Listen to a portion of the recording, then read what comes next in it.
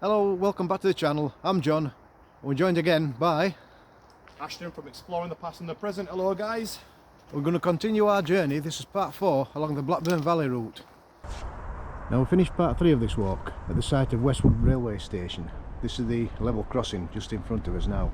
I want to put a photograph up and just have a look at the siding on the extreme left hand side.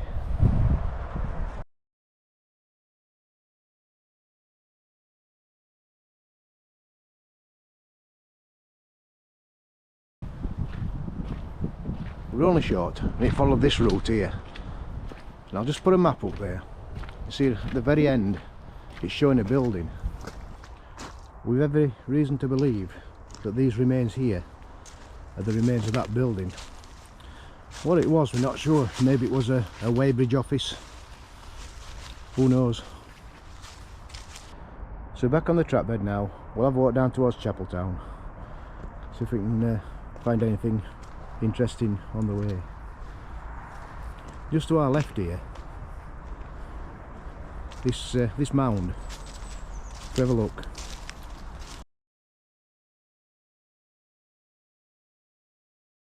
It's colliery spoil.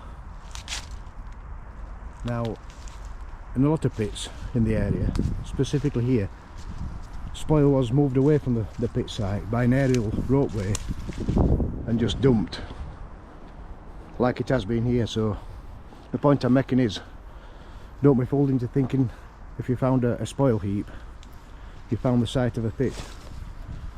It could be several hundred metres away.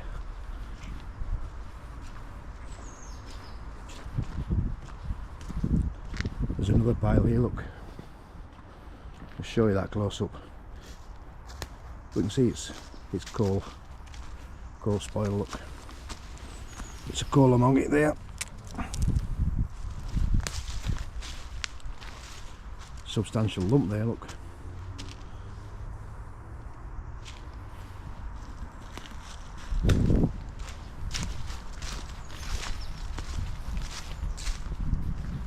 We found this structure on the track side.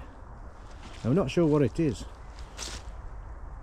It's too substantial to be support for a relay cabinet.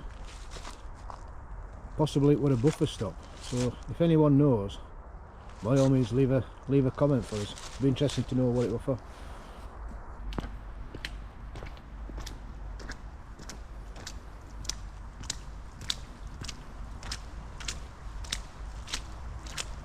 Where we are now is the site of a junction. The siding went off to serve New Biggin Colliery, I believe, on a short spur. Just show you where that was. Get through all this mud. So the Blackburn Valley line continued that way, straight ahead, and just to the left here was a spur up to the pit. You'll see the spoil heap there actually. We'll have a little walk down, see if we can find any remains. You never know.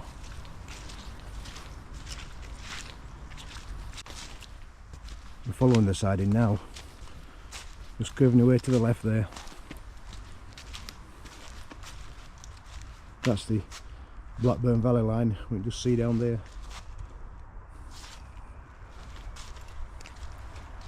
Like I said, we'll see if there's any remains of the pit up here.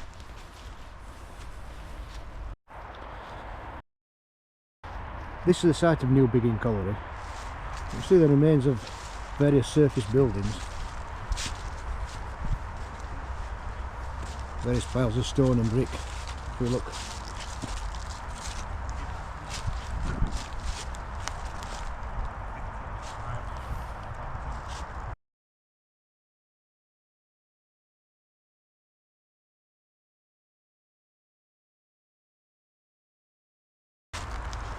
Found a name on this brick. Oil and Brickworks near Barnsley. I saw the site of that brickworks in part 2, I believe, of this series. We found a length of narrow gauge rail bit of a sharp bend on it. This most likely used to connect the buildings on the pit top. Found a piece of coal, fair old size that, I think.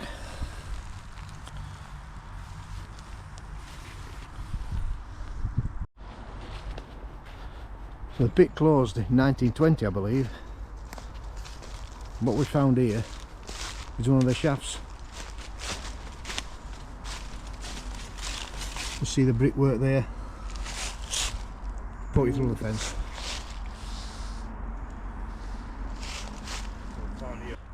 I'm back on the Blackburn Valley trap bed now.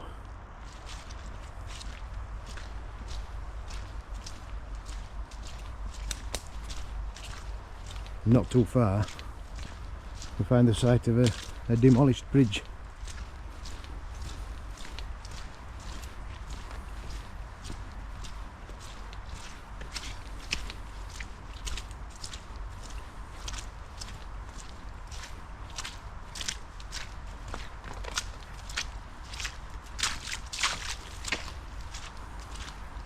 Just see there in front of us.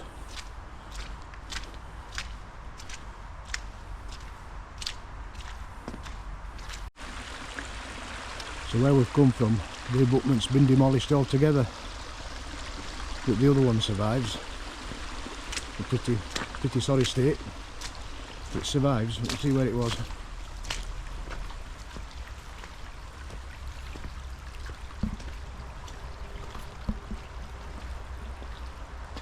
That's the trap bed up there. We'll have a climb up and continue our little walk.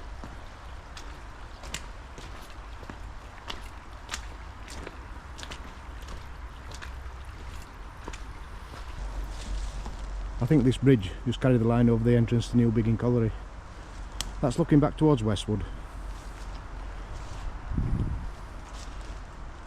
We'll continue along here.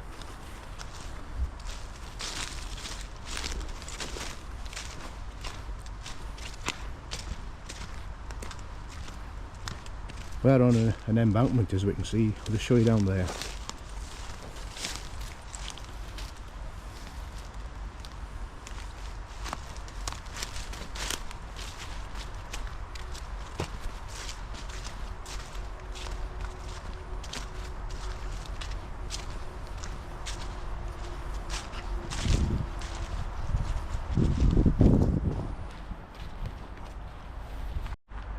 It does become pretty overgrown ahead of us, so we'll take a detour. Fortunately there is a path runs through the woods, so we'll follow it as best we can, pick it up later in that direction. We're probably less than 100 metres from where we left off, and by now we can see the trap bed's defined. It's in a shallow cutting. You see it down there.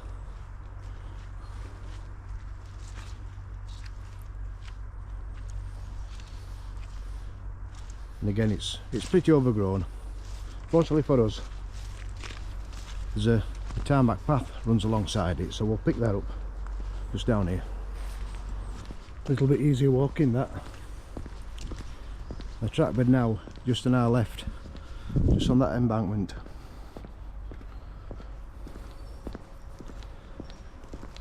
All the land we can see to our right here was the site of the Thorncliffe Ironworks. In my day it was known as Newton Chambers. Massive plant, to be fair. I'll put a map up, you can see the extent of it.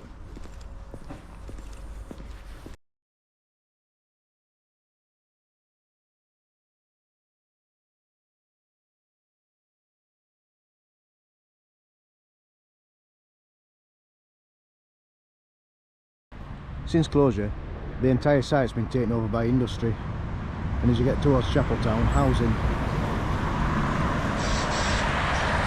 One thing I will mention is the road we're on is actually been called Churchill Way. That's a nod to the fact that during the war, I believe Churchill tanks were made here for the war effort.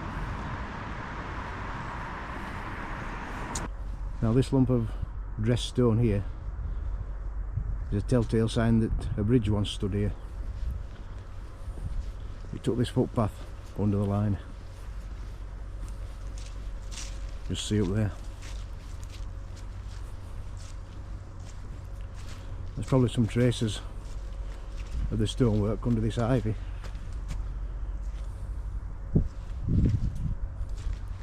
See a defined line, definitely there.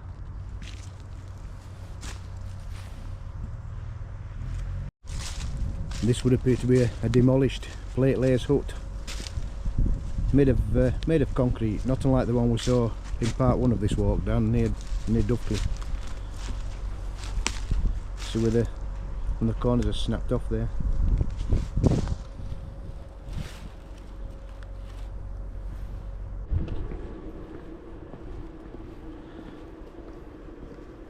We found in the side here a pulley post. Let's have a look at that. It's still got the pulley on, look.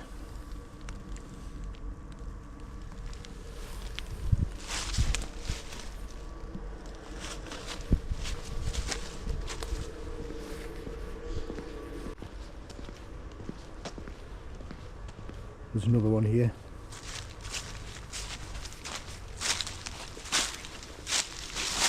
And bent out a little bit.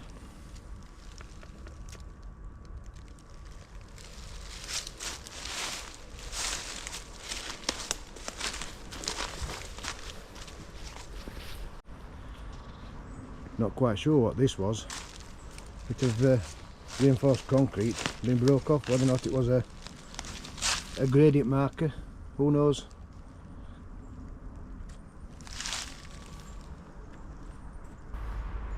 We found these steel structures just at the side of the line here.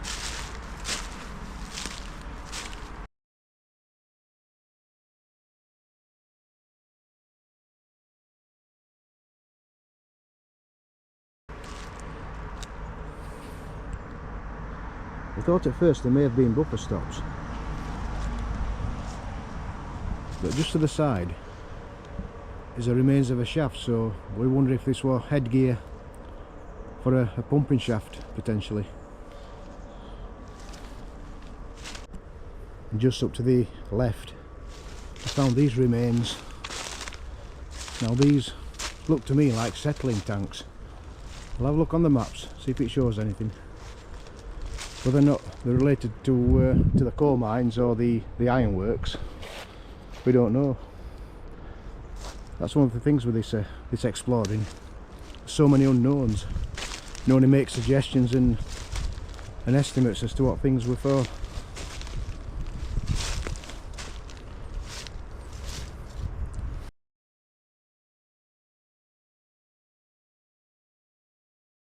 We always find remains of boundary fences like this.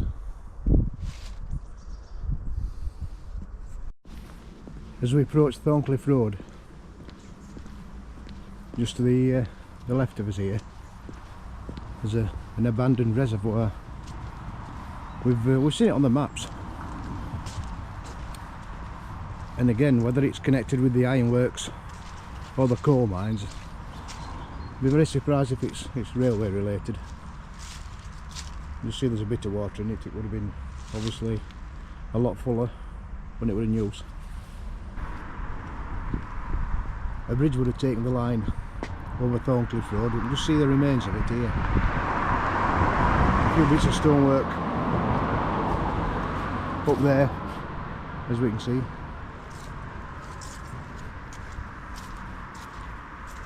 And that's where the track bed continued on towards Chapeltown Central Station. We soon pick up the line of the track bed in Parkingwood.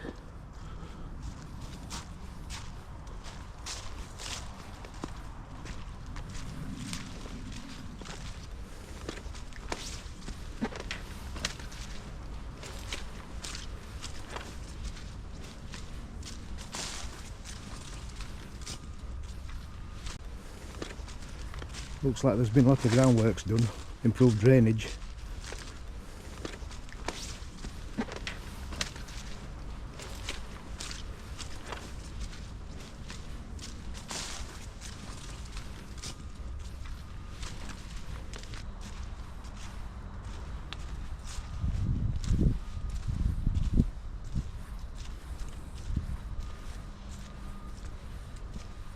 can still see a line of boundary markers just here, slowly being consumed by ivy.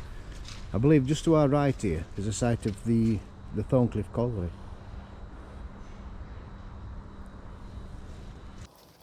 And we think this installation here is one of the shafts. See the valves there, venting gases.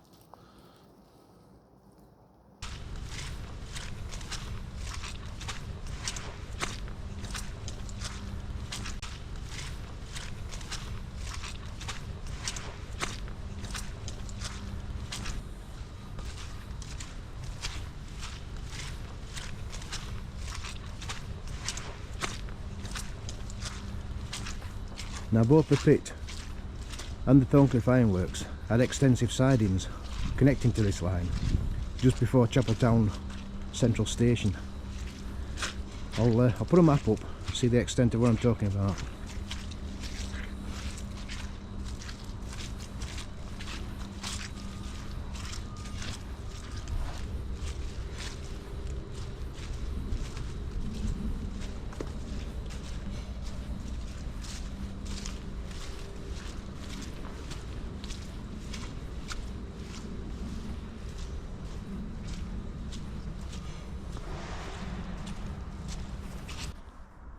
All this land that we're looking at here was sidings. The remains of some structure here, not sure what it was.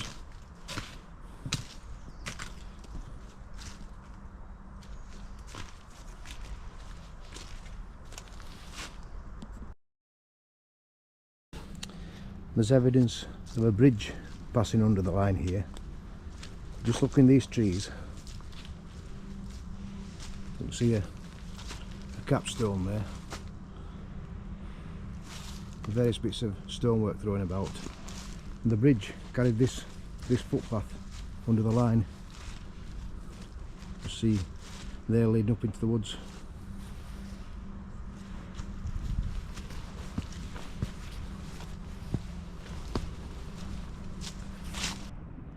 I don't know if you can just make out through the trees there. There's an air shaft. We're going to have a look at that. Yeah, it's actually still in use, this. And if you heard that train just going through, it's on the former Midland Barnsley to Sheffield line.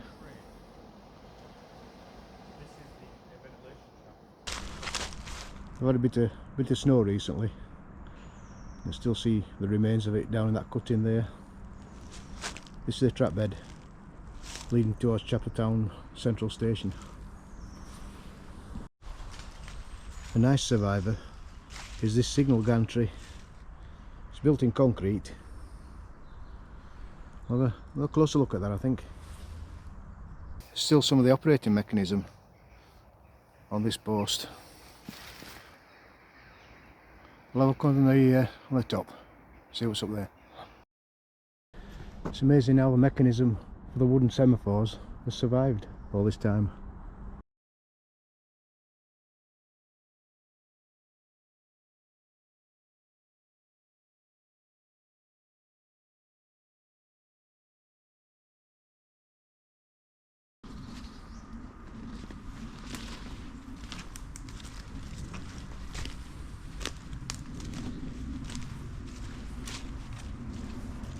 Then we're straight into the site of Chapeltown Central Station. This closed in 1953 to passengers. I believe the lines were in use until the 1980s to serve Newton Chambers steelworks. We'll get a little bit closer.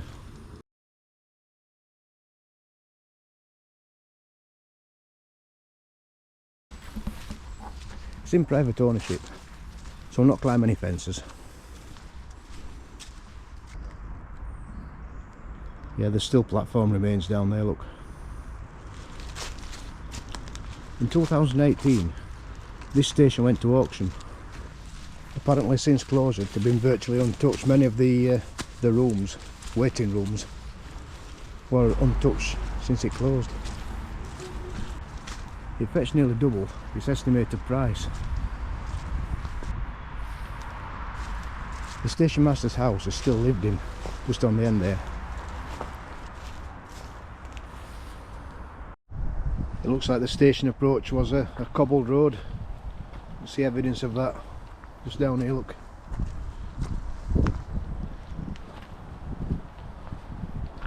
We're just behind the station now, rummaging through the woods. We're not quite sure what these structures were for. Don't know if they're railway related or not. This depression here in the woods, we seem to think it's a bell pit. Quite common in these woods apparently. Yeah, there's another one here, look.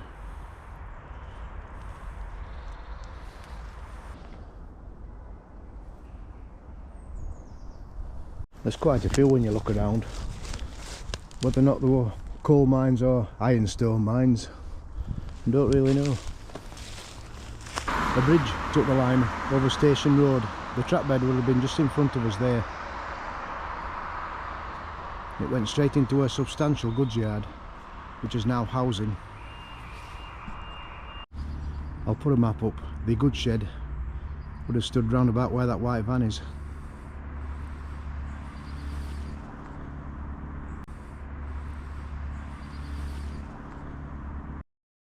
Right, so it's getting a bit dark now, so I think we'll end it here. So big thanks to Ashton. Thanks guys, take care, see you next time. And we'll see you in part 5.